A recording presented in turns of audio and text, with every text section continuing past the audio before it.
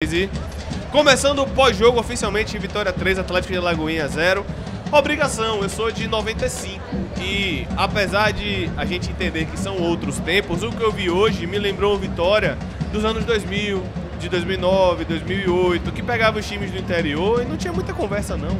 Chegava fora, ganhava de 2-3, chegava aqui, dava 3-4.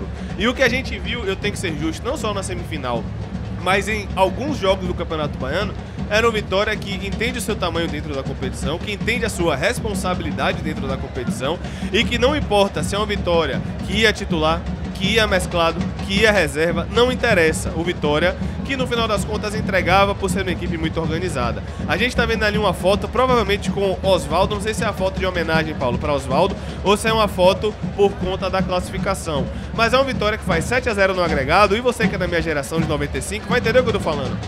Nós vivemos por muito tempo, tempos tenebrosos de nem mesmo passar de fase. Um absurdo das maiores manchas da história do clube e hoje a gente volta a ver o Vitória que a gente se acostumou a ver. O Vitória que não toma conhecimento dos times do interior, que é organizado e que principalmente não sofreu susto. O Vitória entrou hoje com 4-0 já de cara e não sofreu susto em momento nenhum, foi amplamente superior, já poderia ter feito 1-0. E é uma Vitória que no final das contas está na final por merecimento e que decide o Campeonato Baiano depois de muito tempo, é bom que se diga, Vitória depois de muito tempo decide o Campeonato Baiano, o segundo jogo da final, aqui no Barradão. Então parabéns ao Vitória, parabéns à comissão, parabéns a Thiago Carpini, 22 jogos de invencibilidade, segunda maior sequência invicta da história do Sport Clube Vitória. Segunda maior sequência invicta que precisa ser valorizado, Paulo, e que a gente precisa trazer que é uma Vitória como a gente fala. Vem reserva, tem o padrão definido. É titular, tem o padrão definido. É mesclado, tem um padrão definido. Graças a Deus ninguém machucou. Eu confesso que eu fiquei temeroso com o Jamerson jogando 90 minutos, com o Cáceres jogando 90 minutos.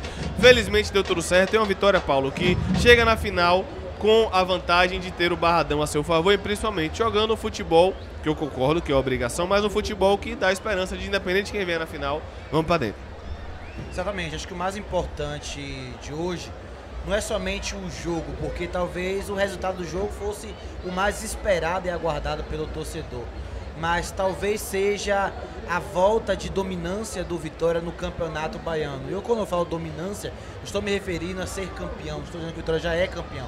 Mas eu falo de realmente, nas partidas que tem até as finais, ser um time dominante. O Vitória chegou hoje ao seu 11º jogo no Campeonato Baiano e a sua 5ª goleada na competição. O Vitória goleou por 4-1 a Juazeirense fora de casa, goleou por 4-0 Jacobina, goleou por 4-1 Colo-Colo, goleou o Atlético de Alagoinhas 4-0 fora de casa e hoje, pra mim, eu sou das antigas que ainda acredita que 3-0 é goleada, não sei você, mas conquista mais uma goleada. Então é realmente uma volta por cima, carimbada pela dominância, como o Léo falou, que acontecia há muito tempo atrás. Eu lembro de anos atrás, num jogo fora de casa, que o Vitória passou o carro no Camaçari, fora de casa, o treinador só tinha 3 substituições, ele fez as 3 intervalos, o Vitória terminou com 4-0 no primeiro tempo.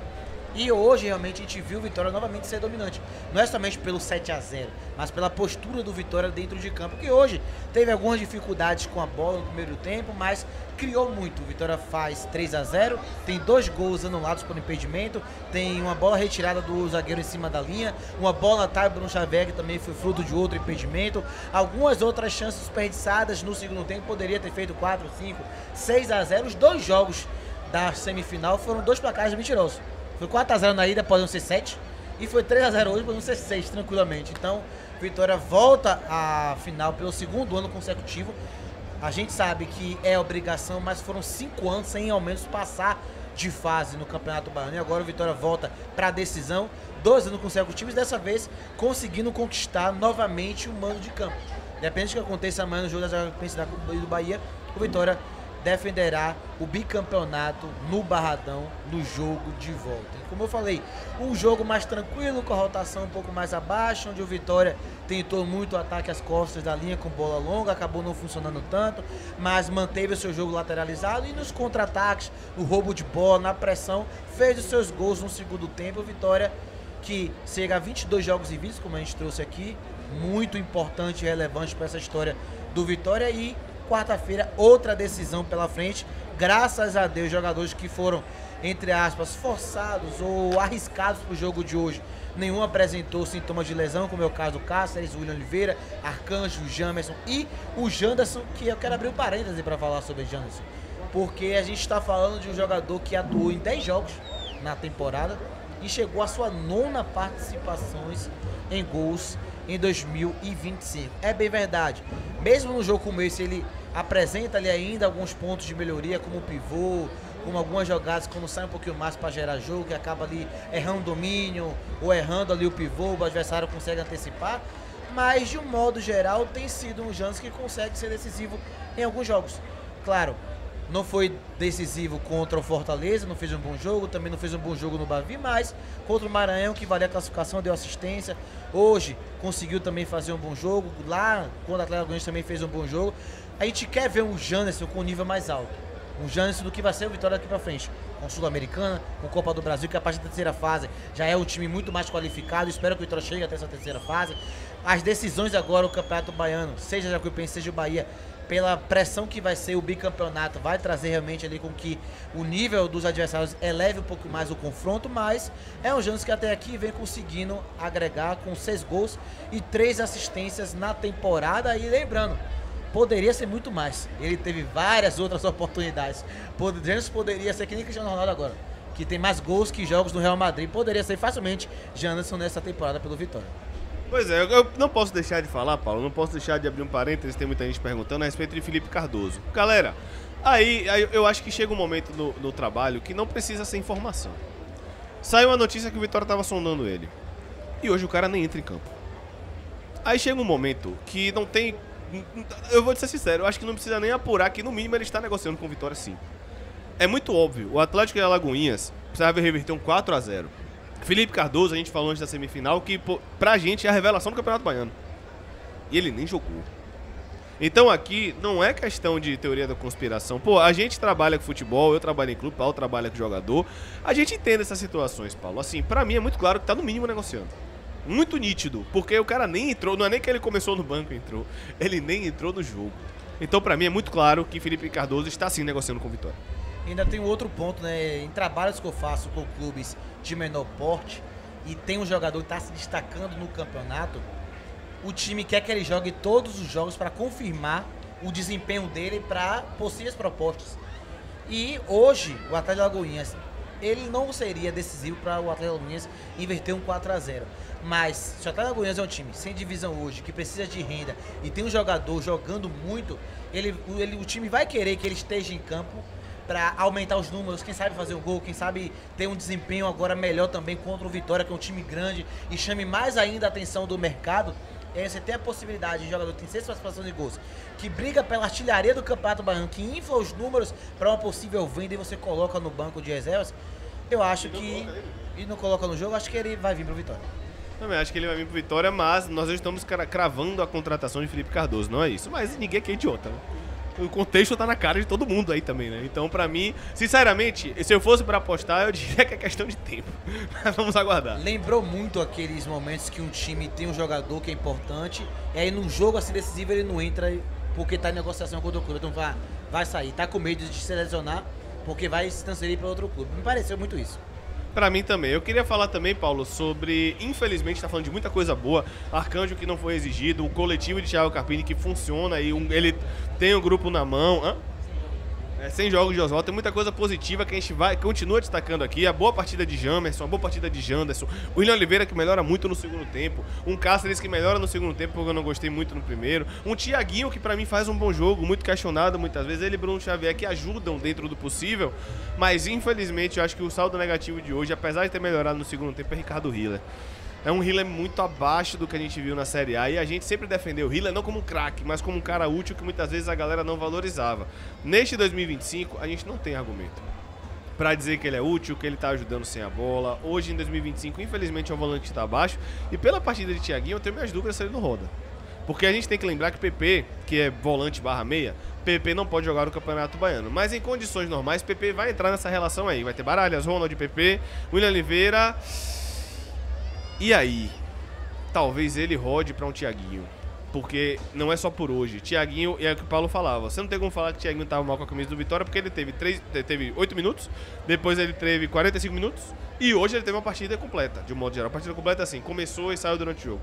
Foi bem no jogo e foi melhor do que Hiller. Isso me preocupa, Paulo, não te preocupa não? Realmente preocupa. Eu não acho que Thiaguinho fique à frente de Hiller por conta de posicionamento. Porque Ricardo Hiller é primeiro volante. Acho que pra Carpini, o primeiro volante do Vitória é Baralhas e Hiller. E aí você tem o William que pode fazer e dos demais são segundo volante, como o PP, como o Ronald, enfim. Então acho que ele não fica pra trás de Thiaguinho por conta disso.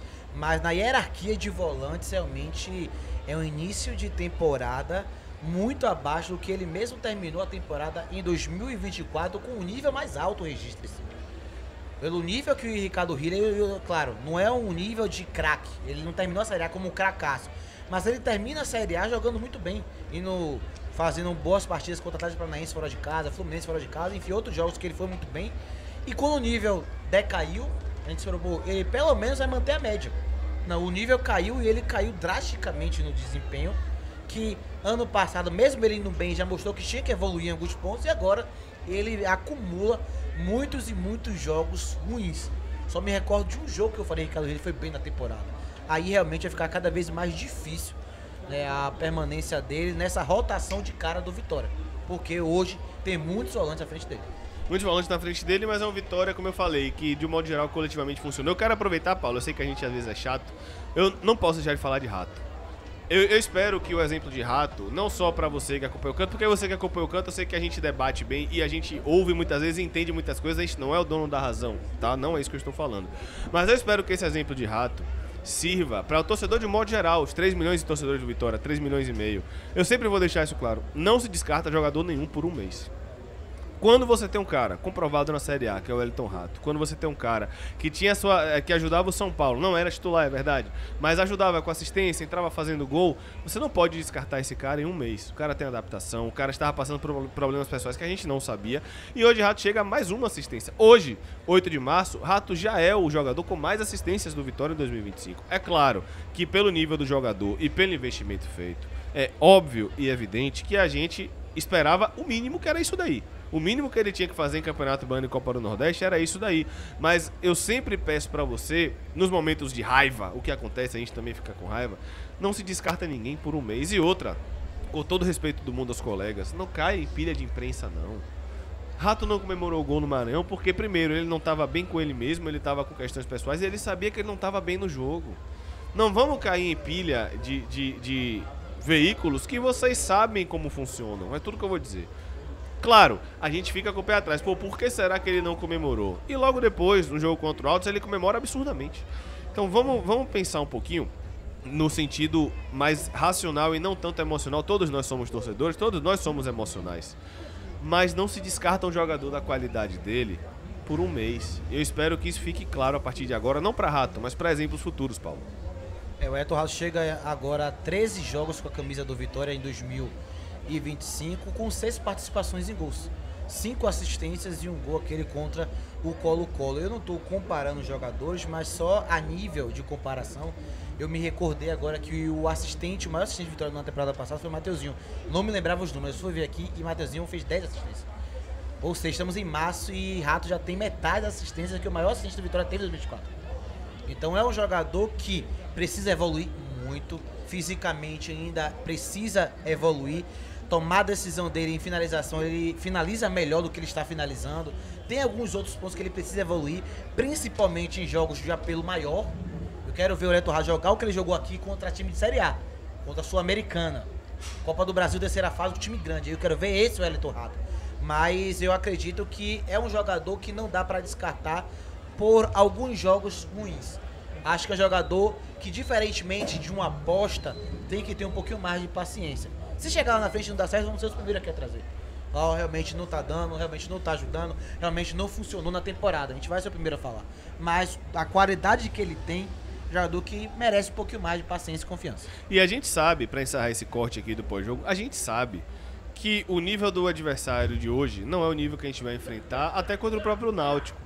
Não é o nível que a gente vai enfrentar contra o Juventude, não é o nível que a gente vai enfrentar contra o Sport, a gente sabe disso. Mas é o que eu sempre falo, se a gente reclama quando os atletas não conseguem desempenhar nem contra esse nível, quando eles desempenham contra esse nível, a gente tem a obrigação de trazer e falar. Porque é o famoso, se faz, massa, obrigação, se não faz, é o fim do mundo. Não é assim. Agora, que eu concordo com o Paulo, não só Rato, Janderson, outros atletas, que inclusive Janderson pra mim foi o melhor em campo hoje, também precisam de, não é nem se provar em alto nível, porque querendo ou não, o Janderson tem gol em Série A contra o Fluminense, tem gol contra o Criciúma, mas precisa ser constante em alto nível. Eu preciso que o Janderson vá bem contra o Juventude, pegue o Flamengo, vá bem, pegue o Galo, vá bem, nesse meio tempo pegue um Independente que seja aqui na Sul-Americana e vá bem. Alguns atletas precisam se provar em alto nível, fazer um jogo bom, como é o caso de Hiller, que até agora não fez jogo nenhum bom, mas outros precisam, a partir de agora, o sarrafo subiu. Agora o Janderson, que vem bem na temporada, a gente tem que ser justo aqui, o cara tem 9 participações em gols e 10 jogos, ele tem que ser muito justo aqui, é o melhor em campo pra mim hoje. Agora o sarrafo pra Janderson aumenta, agora Janderson tem que ser constante. Ele tem que ir positivamente bem na Série A, na Sul-Americana, na Copa do Brasil. Não só Janderson. Outros atletas também precisam. O Lucas Alter, que veio muito bem, tá muito bem, inclusive hoje é titular, apesar de eu ter gostado de Zé Marcos. Esses atletas agora, que a gente está vendo, que estão bem no Baiano, que estão bem no Nordeste, eles precisam se provar em constância. A gente precisa que um Jamerson, que pra mim foi bem também, tenha constância na Série A. Fazer um jogo bom por fazer um jogo bom, a gente pode conseguir, mas o que sustenta a Série A é constância. O que sustenta mata-mata é ser constante. O que sustenta final de Baiano, seja na Fonte ou em Feira e no Barradão, é constância. Então, a partir de agora, eu acho que o próprio Janderson vai ser refém do próprio começo de ano dele, positivamente falando, tá? Porque ele faz um ótimo começo de ano, como eu falei, 9 participações de gols e 10 jogos, e agora ele faz com que a gente cobre a ele um sarrafo maior. Ó, irmão, se você tá entregando isso aqui no Baiano Nordeste, beleza, tamo junto, você tá ótimo, melhor em campo hoje. Agora o sarrafo subiu, parceiro. Agora é Juventude na Folha de Jacone, agora é Flamengo no Barradão, agora é um Náutico que jogo único e empatou é pênalti, que apesar de ser uma equipe que hoje tá na Série C, é uma equipe que tem tradição no Nordeste, que a gente não ganha desde 2013. Agora, parceiro, ó, o sarrafo subiu. Então vamos pra cima, porque a gente precisa de mais. Paulo Carpini fala, é sempre mais.